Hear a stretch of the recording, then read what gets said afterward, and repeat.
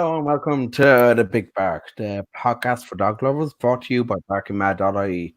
I'm your host, Sarah Burke, and together with my two canine co-hosts, Bruno and Millie, I bring you the latest news from the canine world. Each episode, we chat to people working in the canine industry, such as pet shop owners and groomers, behavior specialists, and vets. We also chat with dog owners to find out more about what exactly makes a dog man's best friend. Today's show, we're chatting about the sharp increase in dog thefts across Ireland over the last few months, and we'll be detailing how you can keep your pet safe and prevent the heartache of losing your beloved companion to opportunist thieves, as well as what to watch out for. To do this, we're delighted to be joined by a panel of guests. We're thrilled to once again be joined by Dr. Tim Kirby from petbond.ie. Hi, Tim. How are you doing? Hi, Dara. Good evening. And we are, let me just see. Sorry, I'm having a little issue with the audio here, it seems. And let's see. Okay, yeah, that's my own fault there. And give me a moment. I'm having a little issue with audio, guys. Not sure why. And here we go. Okay, that's much better. Sorry about that. Little technical difficulties there. So, okay, so as I said, we're delighted to be joined by Tim. How are you doing, Tim? Are you well? Hi, Dara. I'm very well. How are you keeping? Pretty good, pretty good. Just some technical difficulties as always, but look, these things happen. We're also joined by Anne, by Karina, and we're waiting on one other to join us a bit later on. Phoebe will be joining us a bit later on. Folks, how are we all doing this evening? Yeah, good. How are you? Good. And thank you to all of you for joining us this evening on The Big Bark. It's a bit different to what we're used to. We don't normally do a big panel like this, but I guess given that what's going on around the country, around like both north and south of the border, it's kind of a perfect opportunity to change up a bit. So, Tim, I'm going to start off with you. Absolutely. Tim, the sharp rise in dog thefts that we're seeing, particularly across social media in recent months, it's very unprecedented. Would you agree? Absolutely, Dara. I suppose we're living in very strange times, which has also added to the problem. So it's something that always happened, Dara, but again, everything's magnified at the moment. And, there are various causes of it, in my opinion. Over the last 3 to 4 months, we've seen such a huge demand. Again, unprecedented is the word you use, demand for pets. And again, that's matched by probably the fewest and the least supply of pets that we've ever seen as well. So you've got this perfect storm going on there, and that creates an opportunity which obviously allows certain people to jump into and to take advantage of. And Tim, these people, these opportunists, is it money that's driving them, do you think? Oh, absolutely, Derry. There's no other motivating factor there, really, other than money itself. And what's actually fueling it is people, again, preying on people's emotions, and they're turning that into a financial value. So they see a pet as a commodity. And again, if you touch people emotionally, you can extrapolate money. That's a proven technique in life itself. So again, pets are the commodity in these times here. And again, it's that vacuum that's created between supply and demand, exacerbated by the COVID crisis as well. And again, all coming back to money, Dara. Absolutely, Tim. And I suppose as well, if you look at it, there are a number of sites which, like, obviously we all know these sites. I won't name them, more so just for legal reasons and for liability reasons. I won't be naming them. But what can be done from a legislative standpoint, Tim, like to try and regulate these online sales, do you think?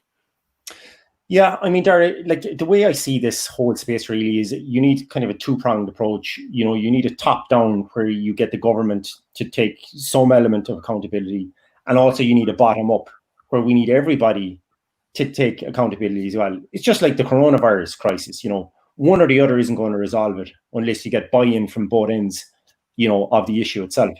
This is absolutely no different as well. But if you just sit back and you wait for the other person to move first, nothing's ever going to happen. And that's where we came in. We started Pet Bond. And since we've done that, there we've got the Department of Agriculture, we've got the government around the table as well. We've got the biggest rescue organisations. We've got the whole veterinary community in Ireland around the table as well. And, you know, you have to get engagement. So the first thing you need to do, Dara, is you need engagement. You need to listen to people. Then you need to work out how you're going to resolve the problem. But it is a collective responsibility. As I said, one or the other is never going to do it. So everybody taking some part in it is how we're going to do it.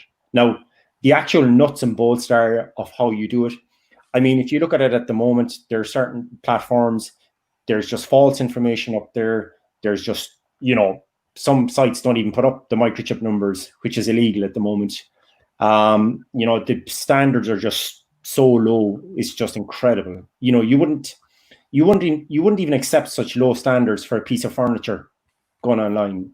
So it's absolutely deplorable to think the pets could be taken from a same baseline, which is absolutely unacceptably low. And that's where we're saying, okay, regardless of what stakeholder you are, you have to accept that this baseline just needs to be brought up to a completely new level.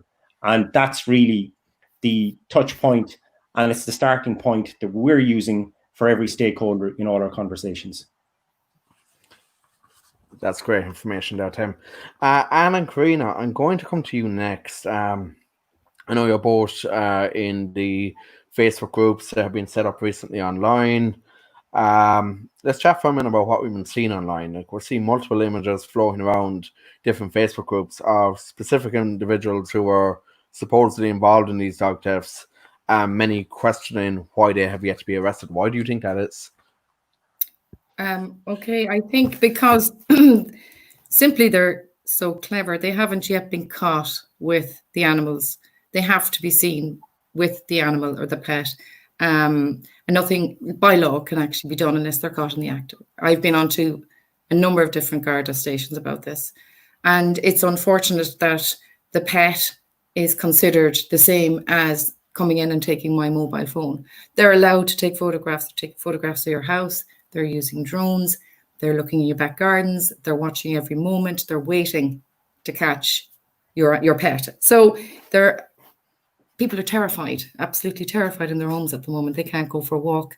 And a lot of women would have a dog for company and they're not able to leave their homes and they're terrified. Now we're protecting our animals. Now it's, you know, I have spoken to the guards and there's very little, but they are doing an absolutely amazing job. You know, they're doing their best, but because of the legislation and the penalties that they get, it's so low, they're going to get a slap on the wrist. And they're not getting caught in the act. So they're working in cells, you know, basically all around the country.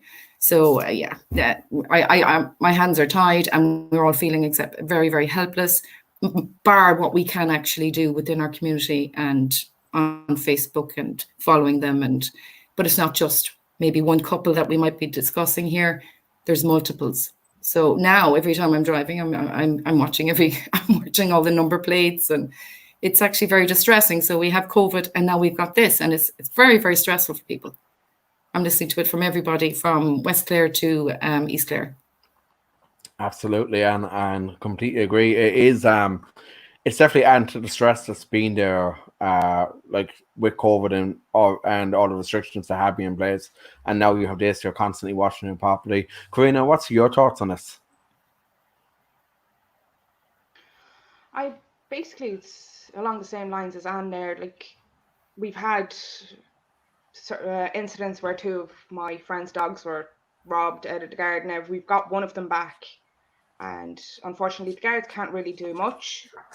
We've been in contact with guards, we've been in contact with rescues, vets. They really all can't do anything until they've been basically caught red-handed with the dog or anything else. Now we're still in look for the second dog, which we're not getting very far with. Like, even on the platforms of Facebook or any social media, Instagram, it's gotten as far as TikTok now. Any of these, even young people who might be on any of these social media, they do try to get involved. But at the same time, it's easy to say, oh, right, I seen this similar dog, and all these for sale sites to be having similar dogs. It's putting very bad nerves on people, being right, well, that could be my dog, and we're reporting these ads and we're reporting this. But it's gotten to the stage of doing petitions and reporting these ads for the safety of our animals, which has gotten beyond ridiculous, because we should be free to have our animals out for a walk, have them out in the garden, to be able to take them anywhere to the beach. And it's gotten to the stage we can't even let them off the leash. We cannot leave them unattended. It's gone to the point of you have to watch for everything that's in your garden, maybe be a cable tie on your fence or a stick on your wall, anything that's out of completely, anything that appeared out of the blue. Everything has everyone so paranoid. Any dog that's posted on social media that could be anyone's dog. It couldn't be true to whatever you're reading about it. So to be honest, anything you see, I feel like is right. That could be it. That could be this dog. This could be it. And it's gotten quite nerving to even think about what's happening to the dogs that are never found. Absolutely. And I actually contacted the Garda press office myself there yesterday for a statement actually on this. Now, what's very surprising here is that I'm going to read out the statement here. An Garda Síochána is aware of the significant social media activity in respect of the theft and loss of dogs in recent times, including on our own social media channels. An Garda Síochána has not, however, recorded a spike in recorded activity on the theft of dogs during the first half of 2020 compared to the first half of 2019. During the first 6 months of 2020, there have been 41 incidents recorded, compared to 38 incidents in the same period last year. So, whether it's a case that, I don't know, like people are they reporting it to the guards, or like I know there are a lot of people in Ireland who they have the opinion that there's no point in reporting it to the guards because they believe that the guards won't be able to do anything. But at the same time, like Tim, I assume you'd be in agreement with me here. If your dog is taken or if your dog goes missing, you should be reporting it to the relevant authorities. Absolutely, Darry. I mean, those statistics, that's fine. If they are what are on record, that's fine. But it's how many are actually being measured and reported. Clearly, they're not, because everything. Anyone walking down the street would tell you that there's more actual cases than that. So that's the reality we're living in, where we know that the figures are greater. Yeah. So again, it's just culture, Dara. The people just need to have the confidence to go and report it, because if you don't report it, number one, it's not going to be recorded. And number two, if it's not recorded, it's never going to be addressed. So if we had the real statistics around it, then, you can measure it and people would be more inclined to sit up and take notice. And then the awareness of the whole issue is heightened again. And that's very, very important. If you don't increase the awareness, you can't educate people around it. Number one, educating them how to take care. And number two, then educating them about the wider issues and what are actually happening to their pets afterwards. So we need to get real about this, And if your pet is taken, you have to report it. It shouldn't really be optional. You should have to do it. And that's critical here. And again, it comes back to the people, Dara. Buy-in and accountability from us as citizens, because the other question then is what happens to these pets? Where are the outlets for these pets afterwards? It's very, very clear where the pets are being connected from being stolen to another member of the public buying them. So, there's an obvious progression and a sequence of events that happens there as well. And that has to be addressed and confronted. So kind of turning a blind eye and say, oh, the stats are actually very low. They're not. The reality is much different. Mm-hmm. Yeah. And you can even see it on Garda Síochána's own actual Facebook page. Even look at one that happened down here in Limerick. It was actually yesterday afternoon. It was reported, but on July 13th, Garda from Castleconnell Garda station were following up on reports of suspicious activity on the Old Dublin Road. They spoke to two men who had two male Springer Spaniel dogs in their possession. When they inquired about the ownership of the dog, the two men were unable to provide information that the Gardaí was satisfied with, so they seized the dogs. One of the men then actually came into Henry Street Garda Station and produced what the guards believe was fraudulent documentation. And let's see, I'm not sure what happened there. Sorry. And let me just see. What else? So they had one of the dogs scanned in, or one of the dogs had a chip, and it was brought to an owner in Cork. The dog's name was Jake, and Jake's owner said the dog had gone missing on the 24th of June. And he was absolutely thrilled to get Jake back because he had lost all hope that he had been gone for so long. So, like, that's just one case. And, like, we see many other cases. I suppose the most famous ones that everyone knows about online right now are the two springers, Topsy and Turvy.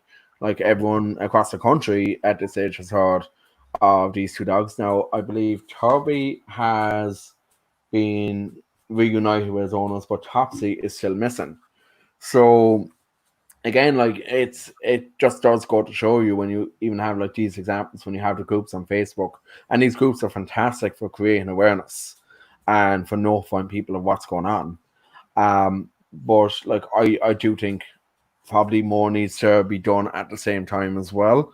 And definitely I do think like people should be reporting any instance that they see to the guards, because the guards can only do like as well what they have, like what they've actually been informed about. Yeah. Absolutely. And I think as well, moving on there.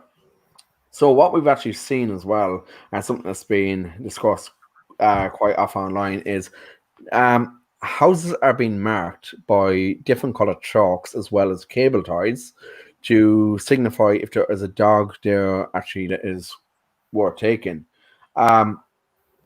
And Karina, just coming to you both there for a moment. You both obviously seen this online as well. Have you experienced anything, or do you know anyone who's experienced anything of the sort? Look, it's a case of, I just want to just go back to one point that you commented on there, Tim. I just want to, you mentioned the numbers, if I may, the numbers that have been reported. I mean, I disagree with the statistics that we're getting. The country is on high alert. It cannot be approximately the same as last year. It's absolutely, I mean, people are terrified, and there is an awful lot of suspicious activity. We had it ourselves where I live, and the vans pulled up and they looked into people's gardens. So 2 vans, so, you know, they were reported. So it's terrifying to know that they're not coming into your home to steal a TV. They're coming into your home to steal your beloved pet. So I haven't experienced somebody whose dog has gone missing, but every dog that goes missing could be my dog. So I feel for them, and I'm on board trying to find owners, searching, and it's becoming a little bit obsessive, but it's because our pet is, or pets belonging to people are their family. So you know, between CCTV or, you know, talking to detectives of what we can do with our homes. I haven't actually seen anything myself, but I can see it every single day on Facebook, 3 and 4 and 5 times the things happening every single day. This is not like last year. It is not. Definitely not. And I'd be one to actually, I was even questioning those statistics myself with the Garda press office. Now, whether it's the Garda press office hasn't got the correct information, I don't know. Or again, is it just a case that I don't know where they're getting the figures from, but it's definitely a huge increase on last year. And like you touched on earlier, Tim, it's a case that people are like seeing the opportunities. They're seeing that there's, I suppose, very little dogs to actually be got during this, and they're taking advantage of that. 100%. You know, people are just exploiting the actual situation that we're in at the moment. You know, like we had somebody call us today, and he said there was a girl driving around Dublin, you know, with a Shih Tzu, going like door to door selling it. It was almost like an online auction. She was running from her phone, crazy stuff. You know, it's kind of that bad, and you're thinking, okay, the poor little pup, you know, just for its welfare, going around Dublin in a car all day, being presented to different people. I mean, you know, where do you start with that? Well, clearly we know where to address that issue, you know, so that's fine. But that's just symptomatic, you know, of what's going on in the wider scheme, that the vacuum that's there between the supply and demand is going to be filled by certain people. And again, the motive, as you said, is just financial. So puppies are the pawns in all this, you know, and the people, you know, emotionally people are being destroyed, financially they're being destroyed by it as well, and it just goes on and on. But one thing I would say there is anyone that gets a pet, particularly puppies, you have to question where you're getting it from. Because if you don't, you're just contributing to the problem, and you keep that cycle going on, and the people that are in that space just keep growing, and that's the problem as well. So people need to take a step back and very, very carefully consider where your pet is coming from. And Tim, just want to touch on as well, a number of posts have arisen online as well of dogs who have actually, and especially in the last week or two, dogs who have actually had their microchips removed. Now, everyone will know that the chip for a dog is generally located at the back of the neck between the shoulder blades, correct?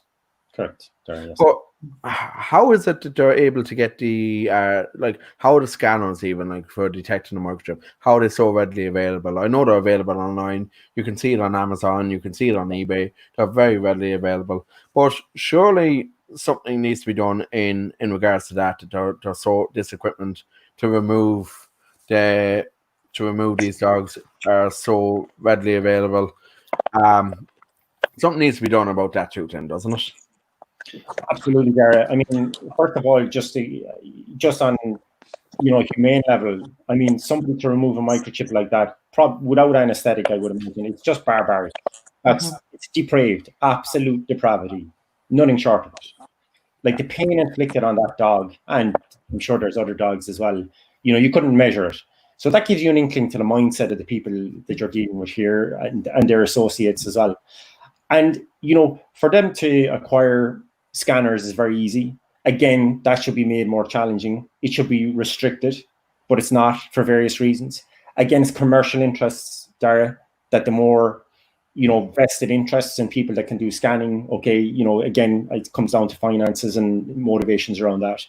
Even the microchips themselves, we're seeing there's a huge dilution in the accessibility to microchips even across society. So, we're heading to a point where probably anyone can put a microchip in a dog is the way things seem to be heading again. And again, they should be privileged tasks, and privileged procedures. Now, I'm not saying it should only be vets that should put microchips in, far from it. But what I am saying is it should be restricted to a very limited number of people under very controlled circumstances that can do it in the first place. Because if you do that, you can have some control over it.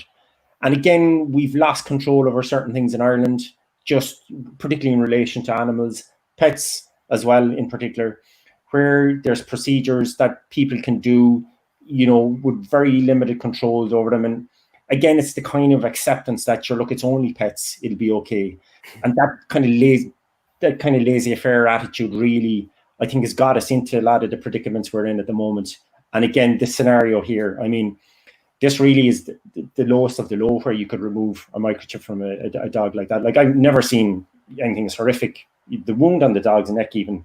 I mean, if you did it surgically, Darry, sometimes you'd struggle to find a microchip, under anesthetic for various reasons, because it can move. It can be encapsulated in tissue. Fibrous tissue grows around it, and you'd have to dissect around it. So to consider doing that without a general anesthetic, is just beyond belief, really. It's just depraved is the only word.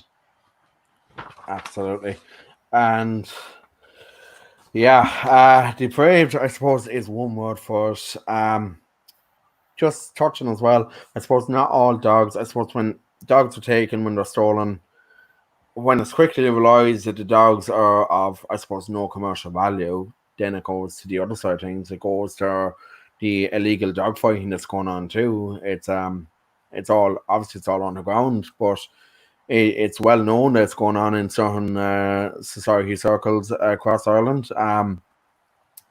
Again, like Tim, and like Anne and Karina as well. Like, I suppose this is something else that has been seen online as well. And it's something that's really shocking. And I wouldn't ever wish for my own dogs to go through anything like that. It's horrific.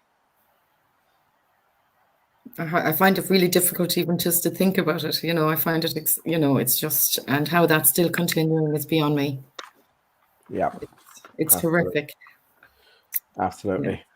But it comes back, it all comes back to the same motivation, financial. It's nothing other than that. So, taking out a microchip without anesthetic, it doesn't matter, just stitch it back up yourself, put the dog in, start fighting and get what you can out of it. Again, it gives you just a taste really of the mindset of these people you're dealing with. But it's just there's no obstacles in their way to do it. That's partially the problem as well. So, there's certain things that need to be addressed there, to make it more difficult for all these things, just as you said, Dara, accessibility to scanners, who puts the chips in, how did people get access to these dogs in the first place, a whole array of issues, but they can be dealt with. That's the take-home message for me anyway. Absolutely. And just to point out there, I popped up a comment there that came in from one of our viewers on YouTube. Anyone who's watching, feel free to send in your comments, your thoughts on this. Ronan O'Boyle has said, the recent spate of thefts is disgusting, and what is needed is a solid plan of action to address this major problem. Tim, I know with Pet Bond, this is definitely something that you have been doing to address the sale of dogs online, and this is something that you have worked tirelessly for since setting up Pet Bond to make sure that you're working with reputable breeders and all good animal welfare societies as well. Absolutely, Dara. And a pet will never be able to come onto our website until we can verify that this is the legal owner or the breeder of the dog. So, that's unparalleled. It's unmatched in Ireland or even the UK and even in Europe, actually, to that effect. So, again, it's all, we can trace everything back. We're 100% sure before we ever leave a pet on. We have a lot of cooperation with vets around the country as well. We do various intelligence and inspections as we need to do them as well. And again, the health and welfare, that's what it's all about with the pet. But like I say to everybody, behind every pet, there's a person. So you got to understand the motives of the person. Why do they want to upload the pet in the first place? So that's where we need to do the checks and balances. And again, making sure that it's being done properly to benefit the pet. So again, making sure that puppies are socialized is paramount, because you don't get that opportunity again in their lives. And again, to make sure that they're healthy puppies. Because if they're not, they're going to run into so many problems down the line that shouldn't happen in the first place. So prevention is always better than cure, in my mind. And that's something that we really, really stand by, and something we espouse through Pet Bond. And we work very closely, Dara, with a lot of the big rescue organizations as well.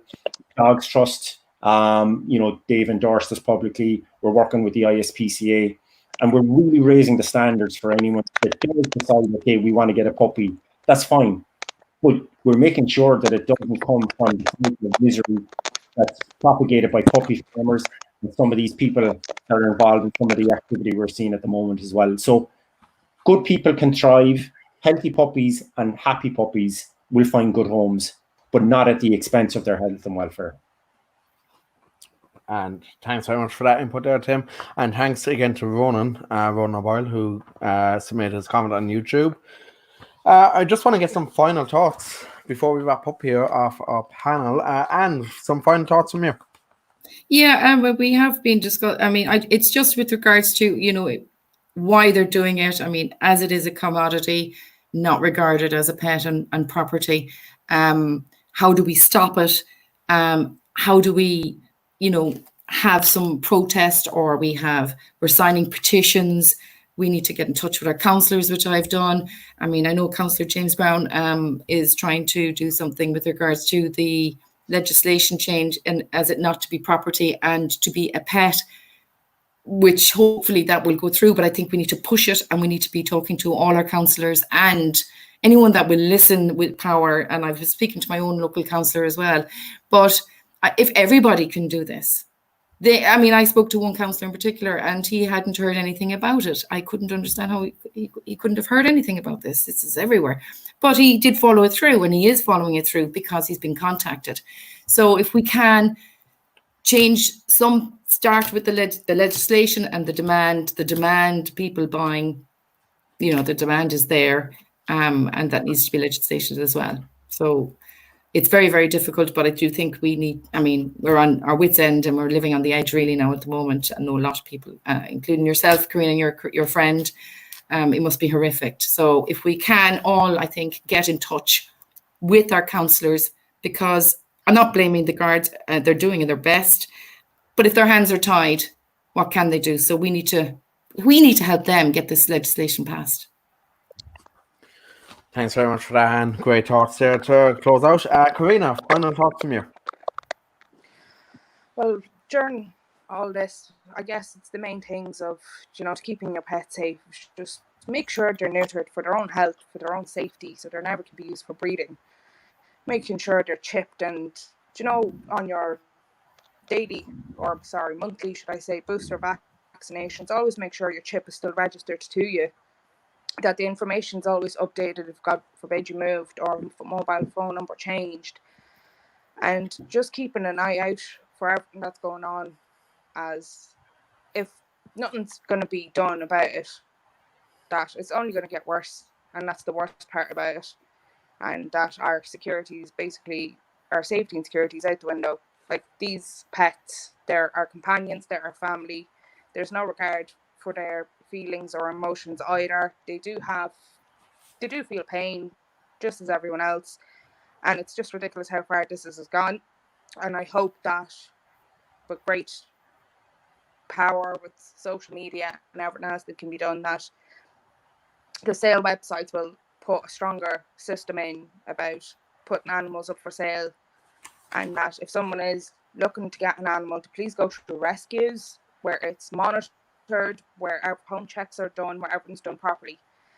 As God forbid, if anyone's missing an animal, social media probably be the best way to go about it, and just with great hope that this somehow narrows down, that there'll be a bigger enforced penalty for all this that's going on.